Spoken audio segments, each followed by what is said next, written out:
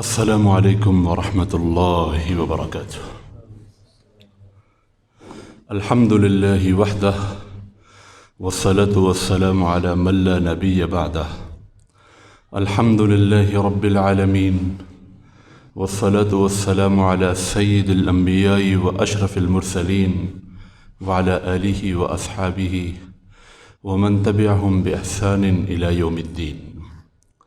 قال تعالى بعد أعوذ بالله من الشيطان الرجيم بسم الله الرحمن الرحيم. نحن نقص عليك أحسن القصص بما أوحينا إليك هذا القرآن وإن كنت من قبله لمن الغافلين. وقال النبي صلى الله عليه وسلم أعطي الشطر الحسن أو كما قال صلی اللہ علیہ وسلم. میرے بھائیوں اور دوستو، ہم نے پچھلے جمعے اللہ تعالیٰ نے جس قصے کو سب سے خوبصورت قصہ قرار دیا ہے، اس کو کیوں اللہ تعالیٰ نے سب سے بہترین قصہ کہا، سیدنا یوسف علیہ السلام کے قصے کو؟ کیونکہ اس کے ایک ایک پہلو سے، اس کے ایک ایک موقع سے ہمارے لیے بڑے اسباق ملتے ہیں، زندگی گزارنے کے اسباق. اس میں اللہ نے بڑے اسباق اور ہمارے لیے درس پنہا کیے ہیں. تو کچھ اسباق ہم نے پچھلے جمعے عرض کر دیے تھے کہ اللہ تعالیٰ صبر کرنے والوں کے ساتھ. یوسف علیہ السلام نے صبر کیا، اللہ نے ان کو کہاں تک پہنچایا. اور یوسف علیہ السلام نے اللہ کی توفیق سے بھاگے ہیں، گناہ سے بھاگے ہیں. انسان کے بس میں بھاگ نہیں ہوتا ہے، کوشش ہے، باقی اس کوشش میں رنگ بھرنے والی ذات اللہ کی ہے. تو بھاگے ہیں، دروازے مقفل ہیں، لیکن جو ان کے بس میں تھا وہ انہوں نے کیا. باقی جو اللہ کے بس میں تھا کہ دروازے کھلتے چلے گئے، وہ اللہ نے کیا. تو اگر ہم اس واقعہ کو دیکھتے ہیں تو ہمیں مصر کا ماحول وہ بڑا ہی ماڈرن قسم کا، بڑا ہی بے حیائی سے بھرا ہوا نظر آتا ہے. آپ اندازہ فرمائیں کہ سپہ سالار عزیز المصر، اس کی جو بیوی ہے وہ تمام عورتوں کے سامنے برملا کہہ رہی ہے لَإِن لَّمْ يَفْعَلْ مَا أَمْرُهُ لَيُسْجَنَنَّ، اگر اس نے میری دعوت کو قبول نہ کیا تو اس کو جیل بھجواؤں گی اور اس کو میں ذلت سے دوچار کر دوں گی. انسان بھی کتنا کم ظرف ہے، جب تھوڑا سا اس کے پاس اقتدار آ جاتا ہے وہ سمجھتا ہے پتہ نہیں اپنے ماتحتوں کی ذلت اور ان کی عزت اب میرے ہاتھ میں ہے. لیکن اللہ تعالیٰ دکھاتا ہے کہ عزت اور ذلت وہ صرف اللہ کے ہاتھ میں ہے. جب اس نے یہ کہا، حضرت یوسف علیہ السلام پاس بیٹھے ہوئے تھے، حضرت یوسف علیہ السلام نے اس کے کہنے پر اس کو کوئی جواب نہیں دیا. ان عورتوں کو کسی بات کرنے کا کوئی موقع نہیں دیا.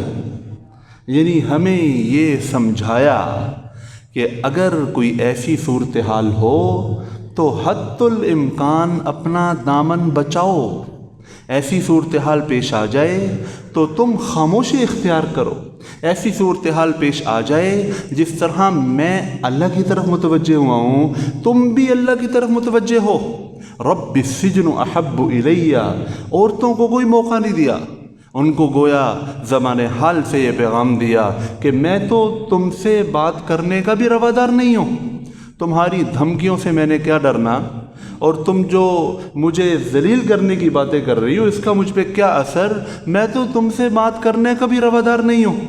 تو ان کی باتیں سن کر وہیں بیٹھے بیٹھے اللہ کی طرف متوجہ ہوئے اور رب السجن احب الیہ کہ یا اللہ اس ماحول سے زیادہ تو مجھے جیل پسند ہے، میرے لیے جیل کے دروازے کھول دے اور اس گناہ کے ماحول سے مجھے نکال دے. اب جب حضرت یوسف علیہ السلام کو بے قصور جیل میں ڈال دیا گیا۔ اب وہاں حضرت یوسف علیہ السلام کہاں چپ کر کے بیٹھنے والے تھے؟ وہ تو ایک اللہ کے پیغمبر تھے، انہوں نے تو ہر حال میں اپنی ذمہ داری کو نبھانا تھا۔ وہاں بھی جا کے وہ دعوت والے کام سے، اللہ کی طرف لوگوں کو بلانے سے کیسے باز آ سکتے تھے؟ انہوں نے جیل کا ماحول بدل دیا، قیدیوں سے جا کے بات کرنا شروع کی، ان کو سمجھایا، ان کو بجھایا، ایسا کردار دکھایا کہ جیل کے سارے قیدی سیدنا یوسف علیہ السلام کے گرویدہ ہو گئے، اور ایسے گرویدہ ہوئے کہ انہوں نے کہا یہ تو کوئی بہت بڑی ہستی ہیں، اور آ کے اپنے اپنے مشورے ان سے کر رہے ہیں، اور اپنی دل کی تسلی کے لیے آ کے ان کے پاس بیٹھ رہے ہیں۔ ایک بڑا نورانی ماحول ہو گیا حضرت یوسف کے جیل میں جانے کی وجہ سے۔ تو دو نوجوان جو حضرت یوسف علیہ السلام کے ساتھ جیل میں گئے تھے، ان دونوں نے خواب دیکھا۔ اب خواب دیکھا ایک نے، وہ آپ کو خواب معلوم ہی ہے، وہ خواب کی تعبیر پوچھنے کے لیے حضرت یوسف علیہ السلام کے پاس آئے۔ اب جب تعبیر پوچھی گئی، حضرت یوسف علیہ السلام ان کو جواب دیں، جواب دینے سے پہلے حضرت یوسف علیہ السلام نے ان کو اللہ کی طرف بلایا۔ وہ خواب پوچھ رہے ہیں تو فرمایا میں تمہیں خواب ابھی بتاتا ہوں، اس کی تعبیر بتاتا ہوں۔ تو ان کو حضرت یوسف علیہ السلام نے اللہ کی طرف دعوت دی۔ پیغمبر اور اولو العزم لوگ وہ ہر حال میں اپنے فریضے سے غافل نہیں ہوتے، ان کو توحید کی دعوت دی اور معبودان باطلہ سے ان کو بیزار کیا،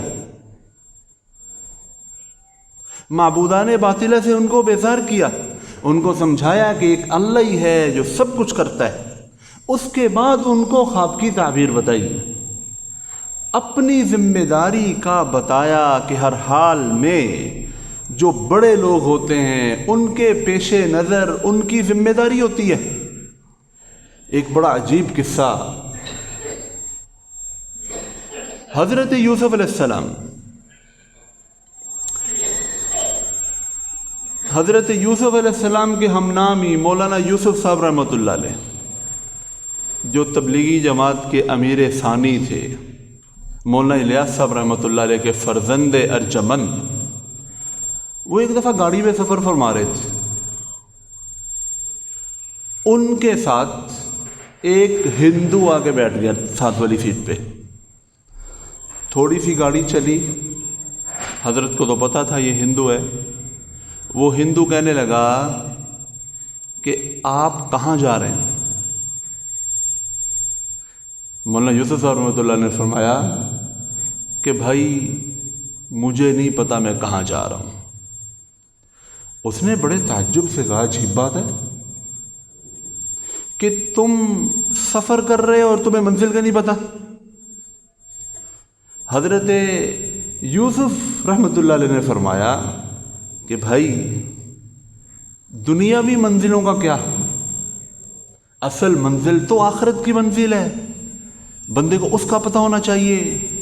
قیامت کا دن ہے جہاں میں نے اور تم نے ایک دن ضرور بالضرور حاضر ہونا، وہاں ضرور جانا ہے۔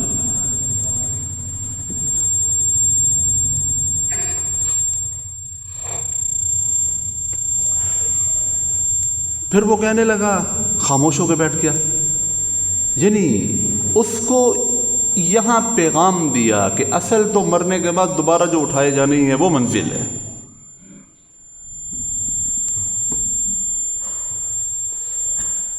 پھر وہ کہنے لگا کہ جس گاڑی میں ہم بیٹھے ہوئے ہیں یہ گاڑی تقریباً کب بنی تھی، یہ گاڑی کب بنی ہوگی؟ حضرت یوسف رحمۃ اللہ علیہ نے فرمایا کہ بھائی جو گاڑی بنی ہی ٹوٹنے کے لیے ہے، فنا ہونے کے لیے ہے، اس کے بارے میں کیوں تم فکر مند ہو؟ اصل تو انسانیت کے بارے میں فکر مند ہونا چاہیے کہ انسانیت کے بننے اور سنورنے پر پوری کائنات کے بننے اور سنورنے کا دار و مدار ہے۔ اس گاڑی کے اندر کیوں ہم اپنی فکر غرق کریں کہ جی یہ گاڑی کب بنی اور کب تک اور اس کی کیا وارنٹی ہے. یہ سوچنا چاہیے کہ انسان کیسے بنے گا, انسان کیسے سنورے گا, کہ ساری کائنات کا بننا اور سنورنا اس کا دار و مدار انسان کے بننے اور سنورنے پر ہے. تو جو اولو العزم لوگ ہوتے ہیں وہ ہر حال میں کوئی خیر کی بات بندے کے دل میں ضرور ڈال جاتے ہیں. یہاں جب حضرت یوسف علیہ السلام کی یہ بات دو نوجوان آئے, حضرت یوسف علیہ السلام نے تعبیر بتلانے سے پہلے اللہ کی بات کی اور ہمیں یہ سمجھایا کہ تمہیں جو موقع ملے, تمہارے پاس کوئی اپنا کام لے کر بھی آئے تو تم اللہ کا پیغام اس کو ضرور دینا, اس کے کان کے اندر کوئی بھلائی کی بات ضرور ڈالنا. اب جب آگے چلتے ہیں, حضرت یوسف علیہ السلام بے قصور جیل کے اندر ڈالے ہوئے ہیں. بادشاہ کو خواب آ جاتا ہے. اب وہ تعبیر بتلانے کے لیے کہ تعبیر کیسے پتہ لگے, وہ ایک بندہ جو جیل میں حضرت یوسف علیہ السلام سے اس نے تعبیر پوچھی تھی, وہ کہتا ہے بادشاہ سے کہ جی مجھے آپ اجازت دیں میں جا کے اس کی تعبیر بتا کر کے آتا ہوں. وہ جیل میں آتا ہے, حضرت یوسف علیہ السلام سے تعبیر پوچھتا ہے. حضرت یوسف تعبیر بتاتے ہیں, ساتھ حل بھی بتاتے ہیں. پہلے حل بتاتے ہیں پھر تعبیر بتاتے ہیں. تزرعون 7 سنین دأبا, پہلے حل بتایا کہ جو اس خواب کی تعبیر کی روشنی میں اہل مصر پر سنگین ترین حالات آ رہے ہیں, ان حالات میں حل یہ ہے, اور اس کے بعد تعبیر بتائی. جب وہ تعبیر بادشاہ کو پتہ لگی تو بادشاہ نے پیغام بھیجا کہ لے کے آؤ یوسف علیہ السلام کو میرے پاس. اگر حضرت یوسف علیہ السلام کا جرم ہوتا تو بادشاہ کے کہنے پہ چلے جاتے. بندہ بلانے آیا ہے, بادشاہ کی طرف سے بلانے آیا ہے, فرمایا نہیں, پہلے بادشاہ کے پاس جاؤ اور بادشاہ سے کہو کہ ان عورتوں کی تحقیق کرے جنہوں نے اپنے ہاتھوں پہ چھریاں چلا دی, اپنے ہاتھوں کو کاٹ دیا تھا. پہلے اس معاملے پر تحقیق کرائے, اس کے بعد میں آؤں گا. بادشاہ نے ساری شاہی عورتوں کو اکٹھا کر لیا اور پوچھا, ہاں بھی بتاؤ یہ ہاتھوں کے کاٹنے کا کیا معاملہ ہے. اب عورتوں کو جب بادشاہ نے جمع کر لیا اور بادشاہ ان سے پوچھ رہا ہے تو ان سب نے بیک زبان ہو کے کہا, قلنا حاشا للہ ما علمنا علیہ من سوء, کہ ہمیں یوسف میں ادنا سی بھی برائی نظر نہیں آئی, اس کا کوئی قصور نہیں ہے, وہ تو پاک باز ہے, پاک دامن ہے, وہ تو بڑا ہی عفیف ہے. ہر ایک کی زبان پر یوسف علیہ السلام کی پاکی کا بیان آ گیا. اور اس ماحول کو دیکھ کر زلیخا جو وہاں بیٹھی ہوئی تھی اس کی زبان سے بھی نکلا. اس نے کہا, لان حصحص الحق انا راوتہ, میں نے اس پر ڈوریاں ڈالی تھیں اس کو اپنا بنانے کے لیے, اپنی طرف متوجہ کرنے کے لیے. وہ سچا ہے, جو وہ کہتا ہے وہ سچا ہے. تو اللہ تعالیٰ نے یہاں ہمیں سمجھایا کہ جو اللہ کے لیے گناہ سے بچتے ہیں, جو اللہ رب العزت کے لیے گناہ سے دور بھاگتے ہیں اور اس کی اطاعت میں پیش پیش رہتے ہیں, میری مدد ان کے ساتھ کیسے آتی ہے. کیسے اللہ تعالیٰ نے یوسف علیہ السلام جن لوگوں نے جھوٹا الزام لگا کر جیل میں بھجوایا تھا, ان لوگوں کی زبانوں سے ان کی پاکی بیان کروائی. اس کے بعد حضرت یوسف علیہ السلام باہر آئے. اور یہ حضرت یوسف نے کیوں کیا؟ کیونکہ وہ پیغمبر کے منصب پر تھے اور ان کا سب کے ہاں پاک دامن ہونا اور سب کو پتہ ہونا یہ بہت ضروری تھا. اگر بادشاہ کے بلانے پر آ جاتے تو لوگوں نے کہنا تھا یوسف علیہ السلام بادشاہ کی مہربانی سے باہر آئے ہیں, لیکن یوسف علیہ السلام نے بادشاہ کی مہربانی کو قبول نہیں کیا, بلکہ جو ان پر جھوٹا الزام لگایا گیا تھا جب وہ الزام دور ہو گیا اور پورے ملک میں حضرت یوسف علیہ السلام کی پاک بازی کا اللہ نے چرچا کر دیا, پھر یوسف علیہ السلام باہر تشریف لائے, کیونکہ عظیم منصب تھا, پیغمبری کا منصب. اب اس کے بعد آگے اللہ تعالیٰ نے یوسف علیہ السلام کے لیے آسانیوں کے دروازے کھول دیے اور یہ پیغام دیا کہ ان مع العسر یسرا, کہ پریشانیوں کے بعد آسانیاں اللہ لے کے آتا ہے, تنگیوں کے بعد اللہ فراخیاں عطا فرماتا ہے. اب بادشاہ نے جب بلایا اور تھوڑی سی بات کی کہ جی آپ نے بڑی اچھی تعبیر بتائی ہے، اور کہا کہ آپ اب مجھے کیا مشورہ دیتے ہیں؟ آپ نے حل تو بتا دیا۔ اس کو بھی پتا تھا کہ حکومت میں جو لوگ اس وقت ہیں ان کی امانت کا کیا حال ہے، وہ کیسے خائن لوگ ہیں، تو بادشاہ اس میں پریشان تھا۔ حضرت یوسف علیہ السلام نے فرمایا اجعلنی علی خزائن الارض، زمین کی جتنی بھی پیداوار ہے، خزانے ہیں، آپ اس پر مجھے نگران مقرر کر دیں، مجھے وزیر خوراک بنا دیں۔ انی حفیظ علیم، میں بہت ہی حفاظت کے ساتھ، بڑے تجربے کے ساتھ اس کام کو اللہ کے حکم سے سر انجام دوں گا۔ اب حضرت یوسف علیہ السلام کہاں ان کو کنویں میں گرایا گیا، کہاں مصر کے بازار کے اندر لا کے بیچا گیا، کیسی مشکلات، اور پھر جیل سے ہوتے ہوئے اللہ نے ایک اتنی بڑی وزارت عطا فرما دی۔ اب سارے کا سارا مصر، اس کا سارے کا سارا رزق گویا اللہ تعالیٰ نے حضرت یوسف علیہ السلام کے ہاتھ میں عطا فرما دیا۔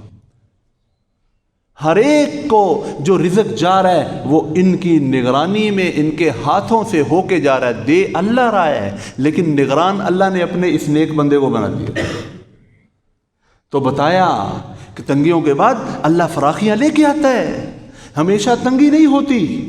ان مع العسر یسرا، ان مع العسر یسرا، عربی زبان کا قاعدہ یہ ہے کہ جب الف لام کے ساتھ کسی لفظ کو ایک ہی جملے کے اندر بیان کیا جائے تو اس سے ایک ہی مراد ہوتا ہے، اور جب الف لام کے علاوہ دو دفعہ اس لفظ کو بیان کیا جائے تو اس سے دو الگ الگ بیان ہوتے ہیں۔ یہاں ان مع العسر یسرا، ان مع العسر یسرا، العسر تنگی کے لفظ کو الف لام کے ساتھ اللہ نے بیان کیا ہے، اور یسرن آسانی کے لفظ کو اللہ تعالیٰ نے بغیر الف لام کے استعمال فرمایا ہے۔ اس کا مطلب یہ ہے کہ تنگیاں کم اللہ عطا ہوتی ہیں اللہ کی طرف سے، آسانیاں زیادہ ہوتی ہیں، اللہ آسانیاں زیادہ عطا فرماتا ہے۔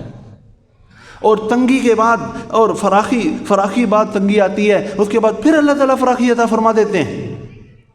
اب حضرت یوسف علیہ السلام مصر کے وزیر خوراک بن گئے، اور جب قحط پھیلا تو وہ کنعان بھی اس سے متاثر ہوا۔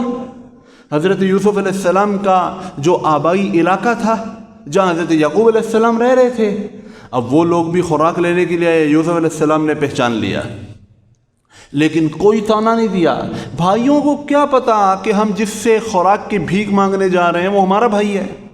بھائی تو یوسف علیہ السلام کو کنویں میں پھینک کر کہیں گم کر چکے تھے کہ پتہ نہیں کہاں دھکے کھاتا پھرتا ہوگا۔ ان کو کیا پتا کہ اللہ تعالیٰ جب چاہتا ہے کسی کو کنویں کی گہرائیوں سے، پستیوں سے نکال کر مسند وزارت عطا فرما دیتا ہے، اور پورے مصر کا سب سے بڑا عہدہ عطا فرما دیتا ہے۔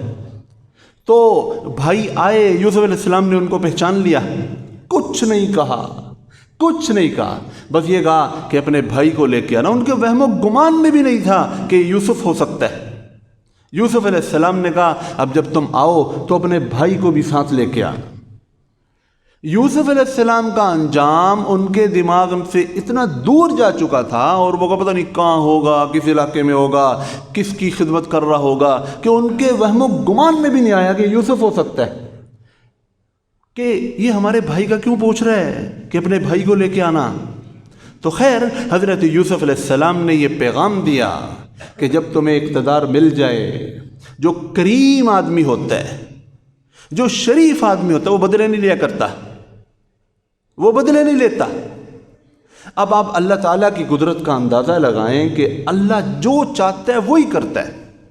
اللہ کے سامنے بڑے بڑے انبیاء علیہ الصلوۃ والتسلیمات بھی عاجز ہیں۔ حضرت یعقوب علیہ السلام کتنے سال روئے ہیں، رو رو کے، یوسف علیہ السلام کی جدائی میں رو رو کے ان کی آنکھوں کی بینائی چلی گئی، لیکن اللہ نے نہیں چاہا تو یوسف کو نہیں ملایا۔ کوئی 30-32 سال، بعض روایات میں آتا ہے 40 سال تک اللہ نے یوسف علیہ السلام کو حضرت یعقوب سے دور رکھا، رو رو کے وَابْيَضَّتْ عَيْنَاهُ مِنَ الْحُزْنِ، غم سے ان کی آنکھیں سفید ہو گئی، نظر کچھ نہیں آتا۔ لیکن اللہ ایسا شہنشاہ ہے، ایسا بے نیاز ہے، اس کا عظیم پیغمبر حضرت ابراہیم علیہ السلام کا پوتا اسحاق علیہ السلام کا بیٹا، یوسف علیہ السلام کا ابا، جس کی اولاد سے ہزاروں پیغمبر ہونے والے ہیں، وہ رو رہے اور اتنی دہائیاں روتا رہتا ہے، لیکن جب اللہ چاہتا ہے اس وقت بیٹے کو ان کے پاس لے کے آتا ہے، بلکہ ان کو بیٹے کے پاس لے کے جاتا ہے، ملاقات نہیں ہوتی۔ اور یوسف علیہ السلام کو کنویں میں بھائیوں نے پھینکا، جو کہ گھر کے بالکل قریب تھا، کنعان کے اندر ہی تھا۔ اس وقت یوسف علیہ السلام کی خوشبو حضرت یعقوب علیہ السلام کو نہیں گئی، کیونکہ اللہ نے نہیں چاہا۔ حضرت یعقوب علیہ السلام رو کے برا حال ہے، اور یوسف کنویں میں پڑے ہوئے ہیں، اور یوسف کی خوشبو یعقوب علیہ السلام تک نہیں گئی۔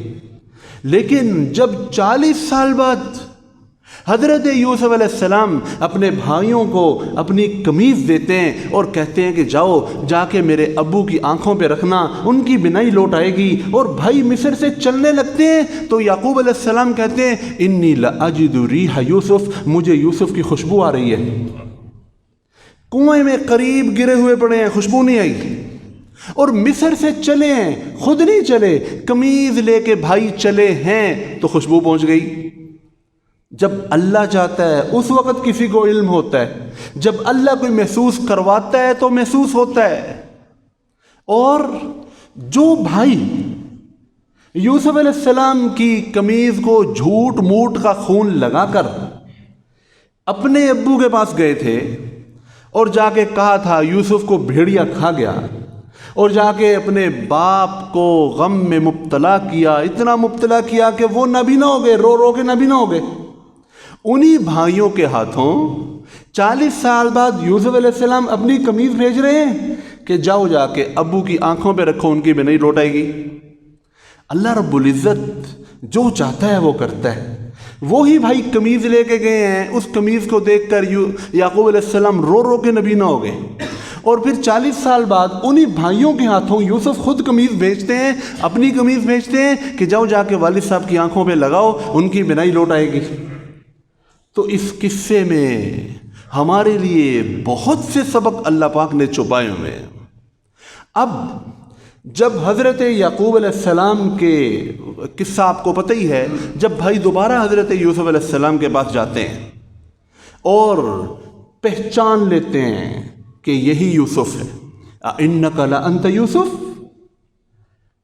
تم یوسف ہی لگتے ہو یقیناً، یعنی شک بھی ہے اور یقین بھی ہے کہ اِنَّكَ لَأَنْتَ یوسف، تم لگتے تو یوسف ہی، یقیناً تم یوسف ہی ہو، شاید تم یوسف ہی ہو۔ تو حضرت یوسف علیہ السلام فرماتے انا یوسف وہذا اخی، میں یوسف ہوں اور یہ میرا بھائی ہے۔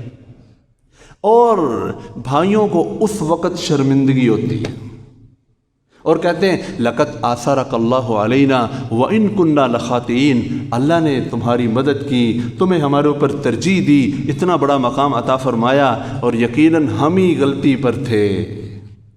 حضرت یوسف علیہ السلام اگلے لمحے فرماتے ہیں لقد لا تثریب علیکم اليوم، کہ تمہارے اوپر کوئی الزام نہیں ہے، فوراً معاف کر دیتے۔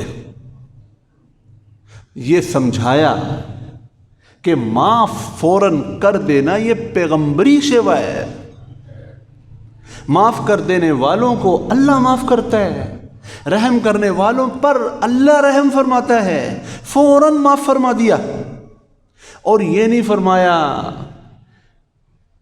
کوئی تانا نہیں دیا، کوئی کچھ نہیں، لا تم پر کوئی الزام نہیں، یعنی الزام ہی نہیں، گویا کہ تمہارے اوپر کسی قسم کے گناہ کا کوئی تصور ہی نہیں ہے، لا تثریب علیکم اليوم۔